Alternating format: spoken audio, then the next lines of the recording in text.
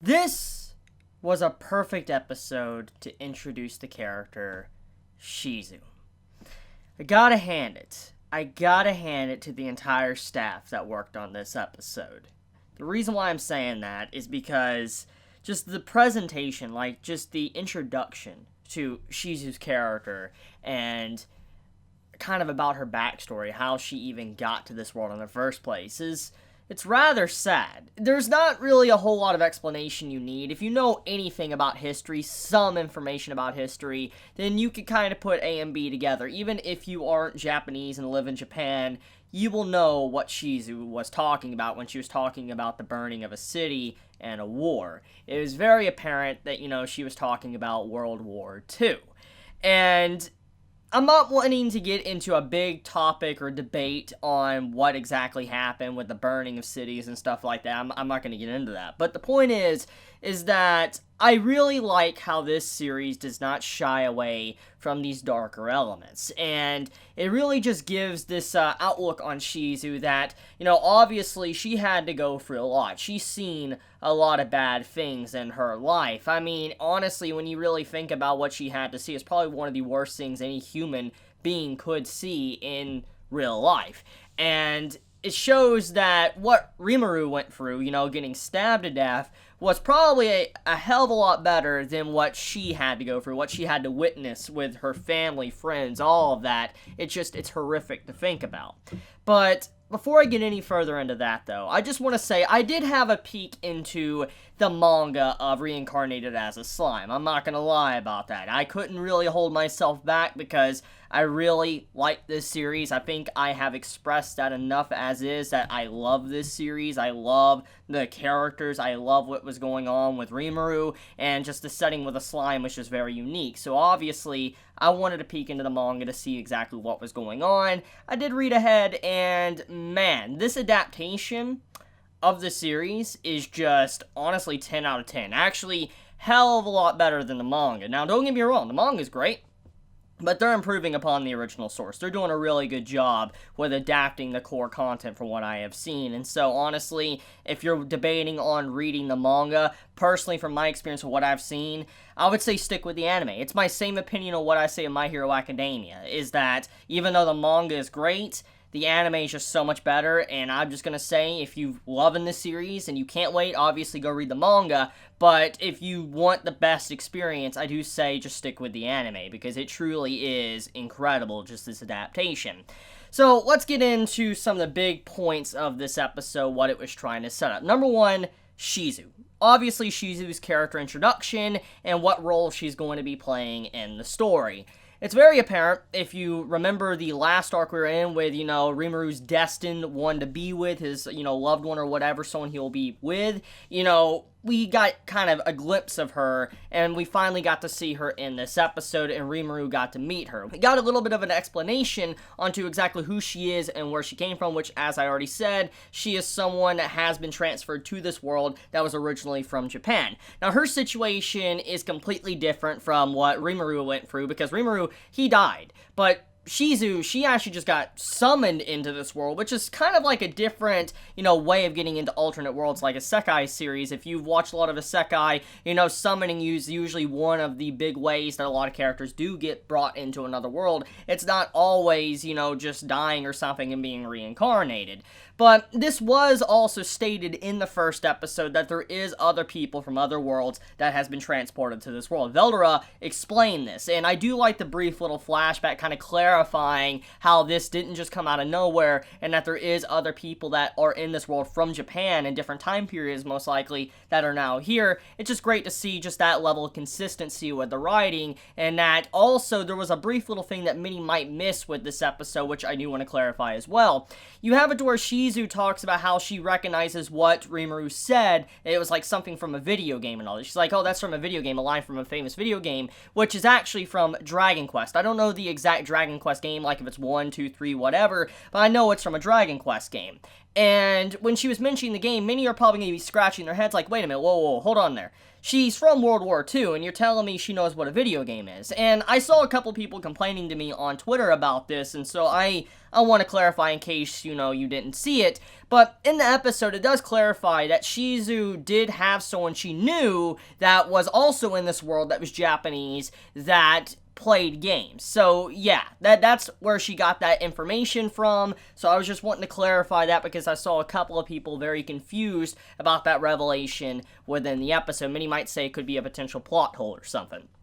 But anyways, rolling that to the side now, let's talk about some few little details that are obviously very important, which is one of the big objectives that has been going on since the first episode of Reincarnated as a Slime, which is Rimuru kind of creating a village, a town for monsters, or at the very least for goblins, and now dwarfs are actually joining in. It's a very interesting outlook because it's honestly kind of reminiscent of Overlord, but I do like the take of the way this series is. It's not like as dark as Overlord, which don't get me wrong, I love Overlord, I love the darkness that it has, I love how Ainz and everybody else underneath him, his underlings, they continuously do heinous crap to be able to set up a kingdom, but I do also like the lighthearted nature of, Reincarnated as a Slime, of how Rimuru is actually kind of a good individual, and he actually is just wanting to be, some guy that can actually set up a town for the goblins to be able to live peaceful lives. Which begins one of the big things we have with this episode, is that more goblins have joined his town. See, with what's already been set up, with all the goblins that were already set up and named in the first few episodes, Rimuru now is attracting more people to his town, which more goblins joined in, surrounding tribes joined him, and he had to name over 500 individual goblins once again. Which, as you know, once again, names are power. They make individuals very strong. We saw this with Gabuta and all of that, they have individual strengths. They've gotten a lot stronger thanks to being named. And you gotta imagine all of these goblins that are being named by Rimuru, it's pretty freaking ridiculous. He's actually in his own way creating his own personal army if he keeps this up and he doesn't stop. Now, another thing too is there was other characters that were kind of introduced or reintroduced in this episode. 3 adventurers, you have you have 2 guys and 1 girl that was introduced in this episode, which they did appear in the second episode, when Rimuru was leaving the cave, which it was explained in this episode. And when he left the cave and he wanted to hide himself, the 3 adventurers walked into the tomb. Well, we're once again met with them again. We got to see exactly who they are, if they're good people, bad people, who they're working for, and overall, they just seem kind of like a clueless group that's just trying to get by, and they're just having to scout out the forest to make sure that nothing suspicious or bad is going on. And eventually, that's how the, main conflict of the episode starts, is that they take Shizue with them, and Rimuru gets to meet them thanks to them getting in trouble. So yeah, overall, I think the episode, it did a good job with what it had in terms of adapting the core content, at least what I read from the manga. I think they did a fantastic job. Now, I don't really know if this series is actually just adapting from the manga, or if it's adapting from like a web novel or light novel. I have really no idea, but for what I've read of the manga, this is adapting it pretty perfectly, and like I said, no complaints whatsoever. Now, in terms of art design and just animation, once again, this series is so freaking beautiful. I mean, it's not as good as, obviously, Sword Art Online Season 3 that's coming out this season, because honestly, that's just impressive amount of quality that's being put in that series. But even then, though, this series is not, like, backing down from proving itself to have a very colorful, color palette. I mean, when you saw the entire fight with Shizue when she was going up against the ants and stuff, and you just see how the action, like the animation of that scene was done, it was quality, and then on top of that, just the way the art was as well. I love the fire effect, just everything about that. They clearly just love this series, and I think that's one of the big reasons why this series has gotten so popular, and why I even wanted to read the manga in the first place, is because of just this quality anime adaptation, which that's what anime adaptations really should do. They should make you want to get into the main content. They should make you want to continue reading, because technically, at the end of the day, an anime is kind of like a teaser for what the anime came from, which was either the manga, light novel, whatever, and it should get you into the series. But oftentimes, a lot of anime that typically are teasers, they don't really give you the full experience, and they leave you left with like, is that really it? That's all? Or they just turn you away from the series because you just don't want to read the light novel or whatever, or, you know, read the manga, because, I mean, it already looks really bad in anime, so it doesn't really interest you. I mean, it's rare to see series just done this well, and that's one of the reasons why I just am appreciating Reincarnated as a Slime, and why it's easily one of my favorite series of fall of anime 2018. I say it's easily in my top 3. I mean, I really love this. I say my top 3 favorite series from this season is like Sword Art Online, Goblin Slayer, and Reincarnated as a Slime. Just quality series all around. I mean, I do love Bunny Girl Senpai as well. I mean, there's a lot of good series this season, but that's just what I want to say. It's just that this series is straight quality. Okay, so what do I need to really talk about? I guess, let's talk about one thing that Rimuru did when he was kind of talking to the 3 adventurers about, is it okay if he sets up, you know, a town, then making a village for the goblins? Is it okay? And, you know, this is a big question, because you gotta imagine, from the perspective of adventurers, humans, or whatever, you know, if you saw monsters creating a village, that would be kind of scary. Because, like, if you've played any RPGs, MMOs, whatever, you know, when, let's say, goblins are getting together, like, if you think of Goblin Slayer, if they're, you know, getting a lot of, you know, production going on with their agriculture, their town, and all of that, it's not good, because eventually they might turn around, become an unstoppable force, and attack humans, which, as we know, Rimuru has told the goblins, do not attack humans, I like them and all that, and, you know, he has already said that, but it doesn't mean that there can't possibly be a betrayal or something, and that's the point here, is that you gotta imagine from the outsider's perspective, it's pretty scary if you see all these named creatures just spawning out of nowhere and building up this giant army. It's obviously gonna attract a lot of attention, and people might want to put a stop to that. And so, that's why Rimuru asked the 3 adventurers, like, is it okay? And you, obviously, from their interaction with Rimuru, they don't really truly comprehend everything. Like they say, it doesn't seem so, like they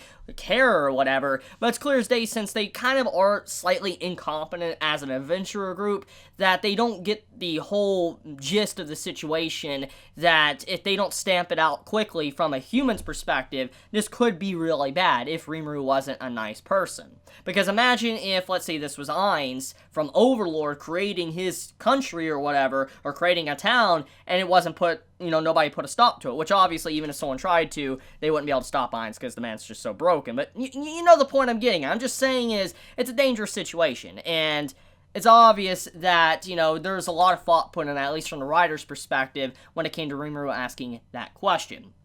So, let's also talk about the final segment of the episode, which is how, you know, one of our main female characters, Shizue, got introduced, and her backstory, how she came to this world in the first place. Now, as I already said, she was summoned. She was summoned into this world. She didn't technically die, but she was on the verge of death. And when she spawns into this world, you see this dude that looks like a knight or whatever. You don't really know who he is, but she looks at him, and he's like, it looks like it's a failure, and he starts to walk away. And when she's like, help me, and all that, and you see these burn marks all over, he turns around and looks at her, like, it seems like she might have an affinity for fire. And then, you know, he gives her a famous fire spirit. I believe that fire spirit is actually from, you also can find that same exact fire spirit in Final Fantasy. I could be wrong there, forgive me if I am, but basically, she had a fire spirit put within her, which would explain the abilities she was using within this episode when she was fighting those ants. But there obviously is some form of problem, because it was stated by Veldora that the people that are summoned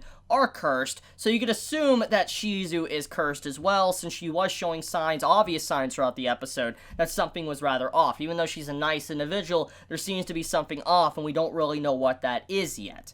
But that's about it when it comes to this week's episode of Reincarnated as a Slime. Great episode. Love it. I loved also seeing my boy Gabuta, you know, how he got back from, you know, the prison from the Dwarf Kingdom, and he managed to, you know, be back, and he even showed off some skills. He's actually a genius when you think about it. The man was able to show off a lot of skills that, you know, honestly nobody really thought of. Rimuru didn't, and he's like, oh, my opinion of you has improved. So I do like the quality of this series, and so I want to end it there. Let me know your thoughts in the comments below. If you enjoy my content, please subscribe. If you like this video, please leave a like. And if you want to get notified for whenever I upload a video, please click the bell icon down below. And with that, Chibi out.